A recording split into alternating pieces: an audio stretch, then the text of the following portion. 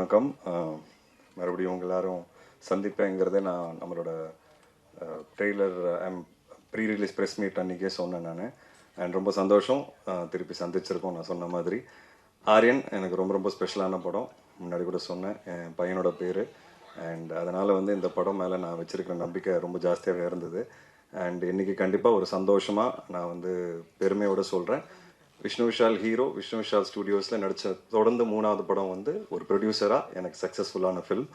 And ரொம்ப ரொம்ப சந்தோஷமாக இருக்குது எனக்கு. ப்ராஃபிட்டபிளான ஃபில்ம். அண்ட் இன்றைக்கி இருக்கிற காலகட்டத்தில் சினிமாவில் அது வந்து ரொம்ப ரேரான ஒரு விஷயம் ஆயிடுச்சு ப்ராஃபிட்டுங்கிறது. ஸோ ஆரியன் எனக்கு அது மறுபடியும் கொடுத்துருக்கு. ஒரு ஒரு ஹீரோவாக, ஒரு ப்ரொடியூசராக I am very very happy standing on the stage. And Aryan வந்து படம் பார்த்துட்டு, என் பையன் படம் பார்த்துட்டு ரொம்ப எக்ஸைட்டடாக, ரொம்ப சந்தோஷத்தோடு படம் பார்த்தாரு. அவரும் டீகோட் பண்ண ஆரம்பிச்சிட்டாரு கடைசி என் யாருங்கிறது. அண்ட் கடைசியில் இருக்கிற கருத்தை சொல்லும்போது அவர் உண்மையாகவே ஃபீல் பண்ணார். So he was very happy. எனக்கு படம் பார்த்து முடித்த உடனே வந்து கட்டி பிடிச்சாரு. அதுதான் எனக்கு இந்த படம் கொடுத்த சக்ஸஸ்ன்னு நான் நம்புகிறேன். ஸோ வெரி ஸ்பெஷல் மூமெண்ட் எனக்கு. அண்ட் கண்டிப்பாக அவங்க எல்லாருக்கும் ரொம்ப நன்றி சொல்லணும். நான் எப்போவுமே சொல்லுவேன், பத்திரிகை நண்பர்கள் எல்லாருமே இன்றைக்கி இந்த ஸ்டேஜ் எனக்கு கொடுத்துருக்கீங்கன்னா நீங்கள் எல்லாருமே ஒரு முக்கியமான காரணம். அண்ட் அது மட்டும் நான் மறக்கவே மாட்டேன். ஆரியனோட எக்ஸ்பீரியன்ஸ் வந்து ஒரு டிஃபிகல்ட்டான எக்ஸ்பீரியன்ஸ்னு சொல்லலாம், ஒரு யூனிக்கான ஜேர்னின்னு சொல்லலாம். ஏன்னா ஒரு படம் வந்து 2023 நாங்கள் ரிலீஸ் டேட் போட்டுட்டு பிளான் பண்ணி ஸ்டார்ட் பண்ண படம். பட் சில காரணங்கள்னால நான் லால் சலாமும் இரண்டு வானமும் போக வேண்டியதாக இருந்தது. ஸோ அந்த டூ இயர்ஸ் கிட்டத்தட்ட வெயிட்டிங்கில் வந்து மொராலே கொஞ்சம் உடஞ்சிருச்சு, எனக்கும் சரி பிரவீனுக்கும் சரி. பட் பிரவீன் வந்து 2020 இது வந்து எனக்கு சொன்னார் இந்த கதையை பற்றி. ஸோ அது வந்து அவரோட வெயிட்டிங் இருக்குல்ல, இன்றைக்கி 2025 அது வந்து ஈஸி கிடையாது. ஒரு மனுஷன் வந்து லைஃப்பில் அடுத்த கட்டத்துக்கு போகிறதுக்காக 5 வருஷம் வெயிட் பண்ணுறதுங்கிறது ரொம்ப ரொம்ப ஒரு கஷ்டமான ஒரு ஃபேஸ்ன்னு சொல்லுவேன். பட் அந்த ஃபேஸ்லேருந்து இன்றைக்கி தாண்டி படம் ரிலீஸ் ஆகி பிரவீன் வந்து ரொம்ப நல்ல பேர் வாங்கியிருக்காரு ஆடியன்ஸ் மத்தியில். ஒரு புது ஸ்கிரிப்ட், யூனிக்கான ட்ரை, ஒரு எக்ஸ்பெரிமெண்ட் கூட சொல்லலாம். ஏன்னா ஒரு த்ரில்லருக்கு உண்டான எல்லா கிளீஷேவும் நாங்கள் உடைக்க ட்ரை பண்ணியிருக்கிறோம். அதில் ஒரு 80% சக்ஸஸ் கிடச்சிருக்குன்னு நான் சொல்லுவேன். அண்ட் மேபி 20% சில கருத்துக்களில் வந்து ரிவ்யூஸ்லேயும் சரி கொஞ்சம் டிஃப்ரென்ஸ் ஆஃப் ஒப்பீனியன் இருக்குது. அது நாங்கள் எடுத்துக்கிட்டோம் அண்ட் லேர்ன் பண்ணிக்கிட்டோம். அது வந்து நாங்கள் பிளான் பண்ண விஷயம் கிடையாது. ஏன்னா எங்களுக்குள்ளேயே நிறைய டிபேட் போச்சு கிளைமேக்ஸ் பற்றி என்ன பண்ணலாங்கிறது. அந்த டிபேட் வந்து எனக்கு தெரிஞ்சு கிட்டத்தட்ட ஒரு 2 மாதம் ஆச்சு எங்களுக்கு வந்து. ஏன்னா எங்கள்கிட்ட வேறு ஆப்ஷன் இருந்தது. ஸோ நியாயப்படுத்தலாமா வேணாமான்னு சொல்லி ஒரு பயங்கர டிபேட் இருந்தது இந்த அழகர் கேரக்டரை. அண்ட் சரி, ஆடியன்ஸ்க்கு இப்படி தான் பண்ணாதான் பிடிக்குங்கிறது நாங்கள் டிசைட் பண்ணி ஒன்று பண்ண விஷயம். பட் அது மட்டும் தான் எனக்கு தெரிஞ்சு எனக்கு 20% கொஞ்சம் நெகட்டிவ் கொடுக்குது. அதுவும் நாங்கள் அட்ரஸ் பண்ணி இப்போது என்னிலேருந்து தியேட்டர்ஸில் ப்ளே ஆகிற ஷோவில் நாங்கள் ஒரிஜினலாக வச்சுருக்கிற கிளைமேக்ஸ் தான் ப்ளே ஆக போகுது. ஸோ அதனால் நான் எப்போவுமே சொல்வேன், எனக்கு வந்து ஆடியன்ஸ் ஃபீட்பேக்கும் சரி பத்திரிகை நண்பர்களோட ஃபீட்பேக் வந்து ரொம்ப ரொம்ப இம்பார்ட்டன்ட். அது எப்போவுமே நான் எடுத்துப்பேன். அண்ட் இன்னிலேருந்து எனக்கு தெரிஞ்சு அந்த கிளைமேக்ஸோட 20% டிசப்பாயின்மெண்ட் இருக்காது. பார்க்கும்போது கண்டிப்பாக ஆடியன்ஸ்க்கு ஒரு புது கிளைமேக்ஸாக தெரியும், இன்னும் கொஞ்சம் நியாயமாக இருக்கும். ஸோ அது வந்து அதுதான் பிரவீனோட ஒரிஜினல் வேர்ஷன் ஆக்சுவலின்னு சொல்லுவேன். அதுதான் பியூட்டி ஆஃப் சினிமா. சில டைம் வந்து நம்ம ஒன்று நினைப்போம், பட் ஆடியன்ஸ் ஒன்று சொல்லுவாங்க. நம்ம ஒன்று நினைப்போம், ஆடியன்ஸ் அப்படியே உல்ட்டாவாக சொல்லுவாங்க. So I think that's the beauty of cinema. And நாங்கள் எல்லாருமே we all strive every movie, ஒவ்வொரு படமும் வந்து ஆடியன்ஸ்க்கு ஒரு புது என்டர்டெயின்மெண்ட் கொடுக்கணும்னு நாங்கள் ஆசைப்படுறோம். அண்ட் அந்த விதத்தில் வந்து I think Aryan has also achieved. நான் என்ன யோசிச்சு பண்ணேனோ கண்டிப்பாக அதை அச்சீவ் பண்ணியிருக்கேன். என் கரியரில் பிகினிங்லேருந்து நான் பண்ணுற படங்களில் கொஞ்சம் டிஃப்ரெண்ட்டான ஒரு சில விஷயங்கள் இருக்கிறதுனால எனக்கு எப்போவுமே தேட்டரில் டீசெண்டாக ஒன்று கிடைக்கும். அப்புறம் சேட்டலைட் காலத்தில் சேட்டலைட்டில் பயங்கரமாக படம் ஓடும் ரிப்பீட்டடாக. அதுக்கப்புறம் திருப்பி பார்த்தீங்கன்னா இப்போ இருக்கிற காலத்தில் எனக்கு தேட்டர்லேயும் டீசெண்டாக போகுது. கண்டிப்பாக ஓடிடி வரும்போது அது இன்னும் ஒரு பெருசாக போகிறதுக்கு உண்டான எல்லா வாட்டியும் எனக்கு வந்து அது நடக்குது.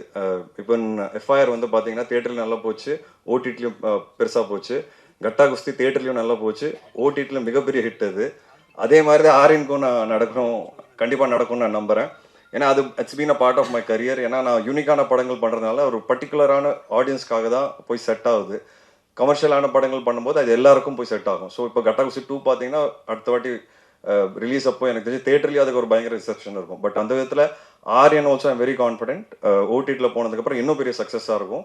பட் இப்போதைக்கு தேட்டரில் ரொம்ப நல்லா பண்ணிகிட்டு இருக்கேன். இந்த புது கிளைமேக்ஸ் ஓட நான் இன்னும் நம்புகிறேன் இந்த வீக் பார்க்குற ஆடியன்ஸ்க்கு வந்து ஒரு 100% சாட்டிஸ்ஃபேக்ஷன் இருக்கும். அது மட்டும் இல்லாமல் சின்ன சின்ன மைல் ஸ்டோன்ஸ்லாம் எனக்கு நடந்திருக்கு. என்னோட கரியரில் என்னோட பிக்கெஸ்ட் ஓப்பனிங் வந்து ஆரியன்.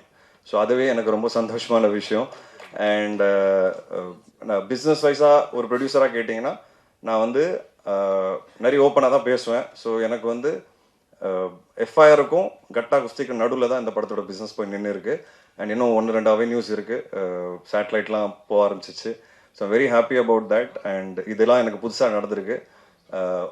எஃப்எம்எஸ் அப்ராட்லேயும் பார்த்தீங்கன்னா ஒரு நல்ல ஓப்பனிங் கிடச்சிருக்கு, என்னோட கரியர் பெஸ்ட்டு. ஸோ இந்த மாதிரி நல்ல நல்ல விஷயங்கள் நடந்திருக்கு இந்த படத்தில். ஸோ இது ஒரு நான் லேர்னிங்காக எடுத்துகிட்டு இன்னும் நிறைய நல்ல விஷயங்கள் பண்ணணும், நல்ல படங்கள் பண்ணணும்னு ஆசைப்பட்றேன். அண்ட் ஆரியன் வந்து ஒரு பயங்கர கஷ்டமான ஒரு film to put it as an edit. ஏன்னா எடிட் வந்து ரொம்ப ரொம்ப காம்ப்ளிகேட்டடான எடிட். ஸோ அந்த விதத்தில் ஐ திங்க் சான் லோகேஷ் வந்து பிரில்லியண்ட்டாக இதுக்கு எடிட்டிங் பண்ணியிருக்கிறாரு. அண்ட் உண்மையாகவே அவர் இந்த படத்தில் போட்ட எஃபர்ட் வந்து பயங்கரமான ஒரு எஃபர்ட்.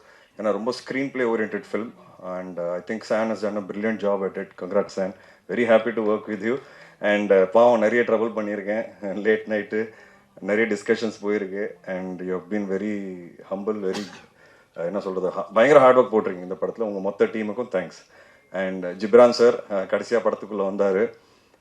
பட் அவர் கொடுத்த எஃபர்ட், அவர் கொடுத்த எனர்ஜி, பாவம் கடைசி வரைக்கும் இப்போது திருப்பி இந்த கிளைமேக்ஸ் லைட்டாக மாற்றிருக்கோன்னு சொன்னேன்ல, திருப்பி உட்கார வேண்டிய நிலைமை வந்துருச்சு அவருக்கு. அவர் உட்கார்ந்தால் தான் டைமுக்கு டெலிவரே ஆகும். பட் அப்படி இருந்தும் ஒவ்வொரு நாளும் வந்து கடைசி நிமிஷத்தில் படத்துக்குள்ளே வந்து the kind of effort, energy and conviction his put in Aaryan வந்து அது phenomenal. And I think Ghibran sir thank you. இனிமேல் உங்களோட நிறைய படம் பண்ணணும்னு ஆசைப்பட்றேன்.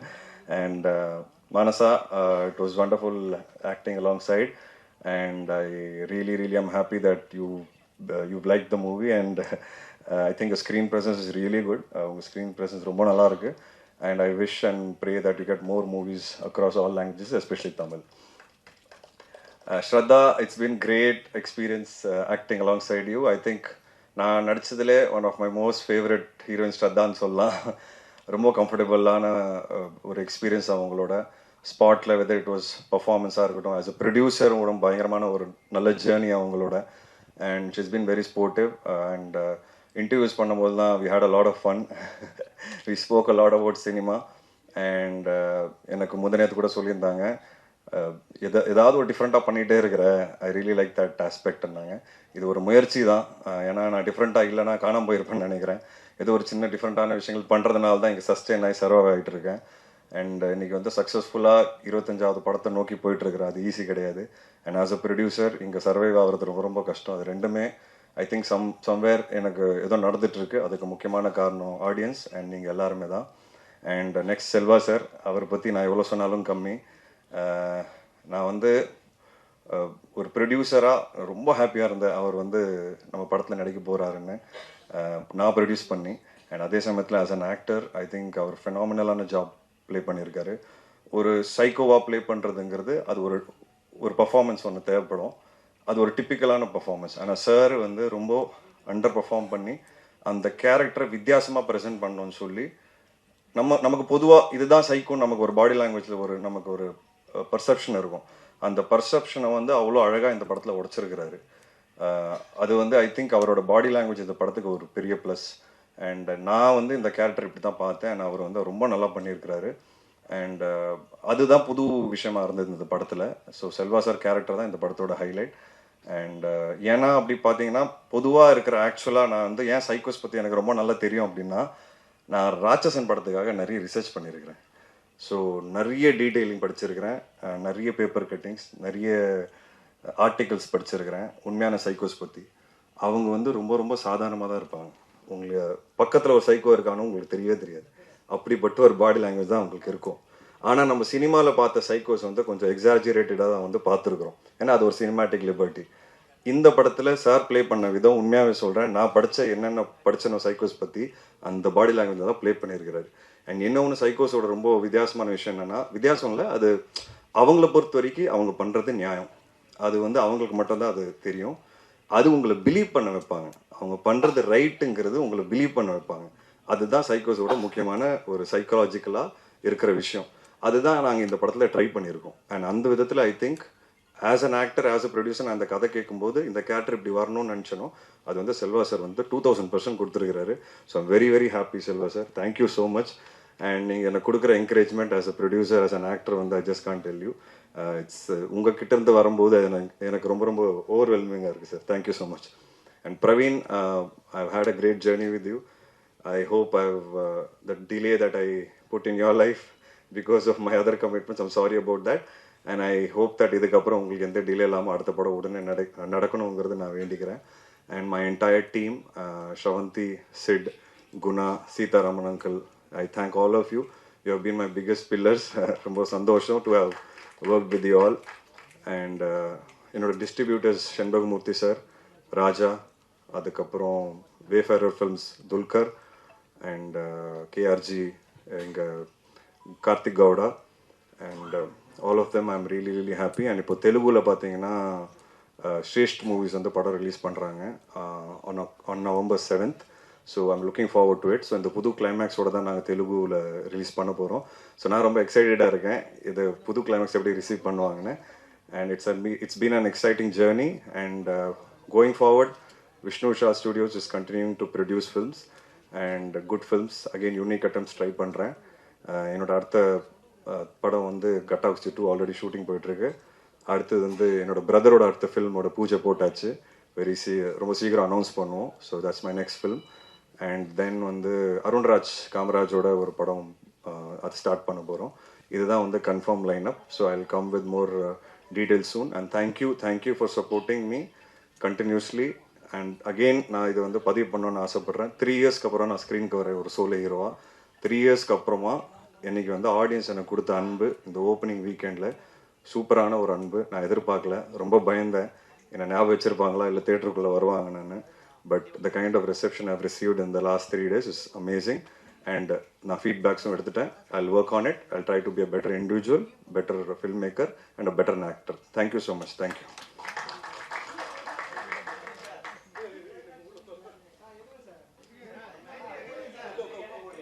சார் திருப்பி பார்க்குறீங்கன்னா சொல்லுங்க, போட்டுடலாம். என்ன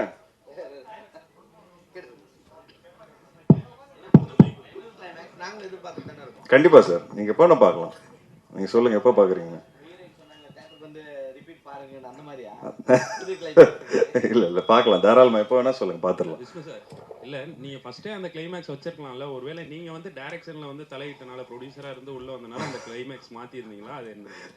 இல்ல சார், இல்ல சொல்லிடுறேன். என்னன்னா இப்போ சான் நான் சொல்ல வேண்டியதா இருக்கும். சான் தான் வந்து ஒரு ராட்சசன் பண்ண ஒரு எடிட்டர். ஸோ ராட்சசனோட ப்ராசஸ்ல நான் ரொம்ப டீட்டெயிலாக உட்காரல. ஏன்னா அது வந்து எடிட்டரும் டைரக்டரும் அந்த படத்தோட ப்ரொடியூசர் தான் உட்கார்ந்தாங்க. இந்த ப்ராசஸ்ல நாங்கள் எல்லாரும் ஒன்றா உட்காரும்போது எங்களோட டிஸ்கஷன் என்ன, ரொம்ப நியாயப்படுத்தினா கரெக்டாக இருக்குமோன்னு தெரில அப்படின்ட்டு. அப்போ சான் வந்து இல்லை சார், இப்போ ராட்சசன் படத்திலே நம்ம ஏன் சைக்கோவா மாறினாங்கிறது அவ்வளோ டீட்டெயிலிங் காமிச்சிருப்போம். ஆக்சுவலாக நீங்கள் பார்த்ததோட இன்னும் 10 நிமிஷம் ஃபுட்டேஜ் எங்ககிட்ட இருக்குது ராட்சசன்லேயே.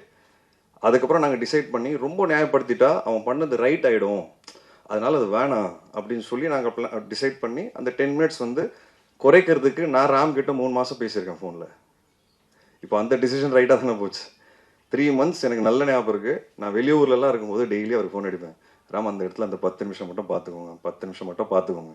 ஏன்னா அது 10 நிமிஷம் நம்ம வச்சுட்டோம்னா ஆடியன்ஸ்க்கு மைண்டு வேறையாக ஆகிடும். அது கரெக்டாக இருக்குமான்னு எனக்கு தெரில.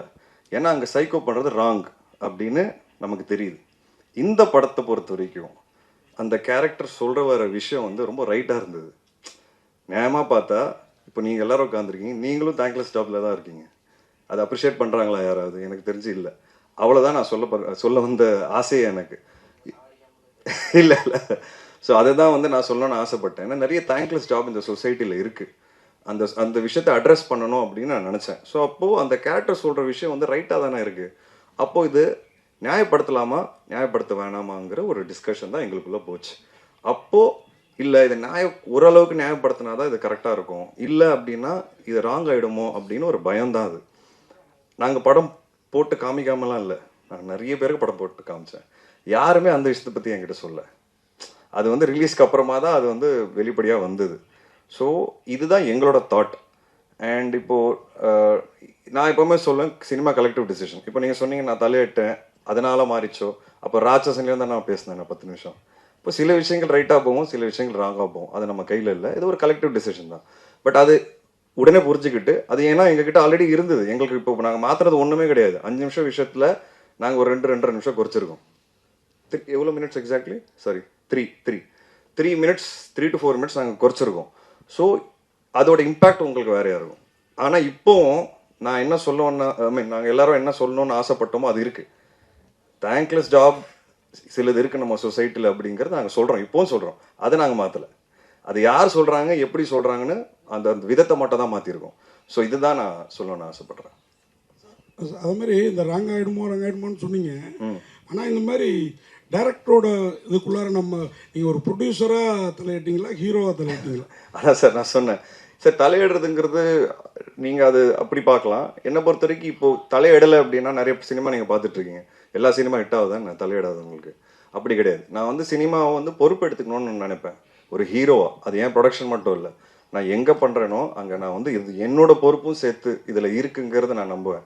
ஏன்னா தேட்டரில் ஆடியன்ஸ் வரும்போது வெறும் டைரக்டருக்காக வரல, ஹீரோவை தான் ஃபஸ்ட் திட்டுறாங்க, முகத்தை பார்த்து திட்டுறாங்க. இது கூட எனக்கு தெரியலையா, கரெக்டாக செலக்ட் பண்ண தெரியல. ஆனால் ஃபஸ்ட்டு ஹீரோ தான் திட்டு வாங்குறாங்க. இப்போ ஹீரோ ஃபஸ்ட்டு திட்டு வாங்குறாங்கன்னா என் பொறுப்பு இருக்குல்ல. அப்போ என் பொறுப்பாக நான் உள்ளே போகிறேன். இன்னொன்று, இது எந்த ப்ரொடியூசராக இருந்தாலும் சரி, எந்த டைரக்டராக இருந்தாலும் சரி, நான் போய் கண்டிப்பாக பேசுவேன் சார். என்னோட கருத்தை நான் கண்டிப்பாக பேசுவேன். அதனால தான் சார் என்னோட மேக்ஸிமம் படம் இப்போவும் சக்ஸஸ்ஃபுல்லாக இருக்குது. ஏன்னா நான் பேசாமல் இருந்தேன்னா அது ஒரு டைரக்ஷன் மாறிடும். நான் சொல்கிற படத்தோட அந்த அவுட்புட் மாறும். நான் நிறைய இடங்களில் பேசுறதுனால என்னோட அவுட்புட் கொஞ்சம் பெட்டராக வருது சார். அண்ட் அதனால தான் நான் பெரிய ஆளுங்களோட நான் பெரிய ஆளுங்கன்னா சொல்கிறேன், பெரிய நேம்ஸோட சம்டைம்ஸ் என்னால் ஒர்க் பண்ண முடியல. காரணம் என்ன, அவங்க கேட்டுப்பாங்களான்னு எனக்கே பயம். பட் நம்ம புதுசாக போய் சேரும்போது அது ஒரு கிவ் அண்ட் டேக் தான் சார் சினிமா. எல்லாரோட ஒர்க் கரெக்டாக பார்த்துட்டோம்னா கண்டிப்பாக அவுட்புட் நல்லா இருக்கும் சார். அதில் கருத்து வேறுபாடு இருக்கும் சார். இன்னொன்று, பொலிட்டிக்கல் என்ன ரைட், மாரலி என்ன ரைட்டுன்னு ஒரு 10 பேருக்கு என்ன நினைக்கிறோமோ அதிலிருந்து வெளியே போகும்போது ஒரு படம் அங்கே வெளியே போகும்போது தான் உண்மையாகவே தெரியும் எங்களுக்கு பொலிட்டிக்கல் என்ன ரைட், மாரலி என்ன ரைட்டுன்றவங்கிறது. ஒரு 10 பேர் ரூமில் உட்காந்து அதை டிசைட் பண்ண முடியல சார். அது சம்டைம்ஸ் சேலஞ்சிங்காக இருக்குது. இல்லை, சில சமயத்தில் சில படத்தை பார்க்குறப்ப நாங்களே தலையெண்ணும் போல தோணும். ஏன்னா நல்லா வந்திருக்குமே, எப்படி மாற்றிருந்தா அப்படின்னு தோணும். அதுக்கிட்ட இந்த உண்மை தான், உங்களோட இந்த உண்மை தான் எங்களுக்கு ரொம்ப பிடிச்சிருக்குது. அப்புறம் இன்னும் இந்த உண்மையும் சொல்லிவிடுங்க, ஸ்ரத்தா ஸ்ரீநாத் மாதிரி ஒரு ஹீரோயின் படத்தில் இருக்கிறப்போ அவங்க கூட கனவுல கூட ஒரு டூயட் கூட பாடாமல் எப்படி உங்களால் இந்த மாதிரி இன்னொரு மானசா மாதிரி அந்த ஹீரோயின் சார். இப்போ நான் சொல்கிறேன் உங்களுக்கு, இதுக்கு பதில் சொல்கிறேன். இப்போது ஆக்சுவலாக பார்த்தீங்கன்னா படத்தில் நாங்கள் ஒரு விஷயம் வச்சுருந்தோம். ஆனால் ஸ்க்ரீன் பிளேயோட ஸ்பீடில் அதை வச்சா கரெக்டாக இருக்காது. அந்த டிசிஷன் கரெக்டாக தானே வந்திருக்கு. அதுவும் டிசைட் பண்ணி தான் எடுத்திருக்கோம். அதை நான் இப்போ யோசிச்சு பாருங்க, செகண்ட் ஹாஃபில் நான் ஒரு டூயட் சாங் வச்சுருந்தேன்னா, இல்லை ஒரு லவ் சாங் வச்சுருந்தா உங்களுக்கு எப்படி இருந்திருக்கும்? ஸோ இந்த மாதிரி சில விஷயங்கள் நாங்கள் இருக்குது, அதெல்லாம் இருக்குது சினிமாக்காக. ஏ சார் இல்லை அது படத்தோட பேசிங்கில் உங்களுக்கு இன்னும் ஸ்டாப் ஆகிருக்கும். ஸோ அது இருந்தது. பட் அதனால தான் அது சிங்கிளாக ரிலீஸ் பண்ணியிருக்கோம் சார். பார்த்தீங்கன்னா யூடியூப்ல இருக்கும் ஐ எம் த கைன்னு ஒரு சாங். ஸோ அது அதோட ஒரு எக்ஸ்டெண்டட் வெர்ஷன் தான் சார் அது.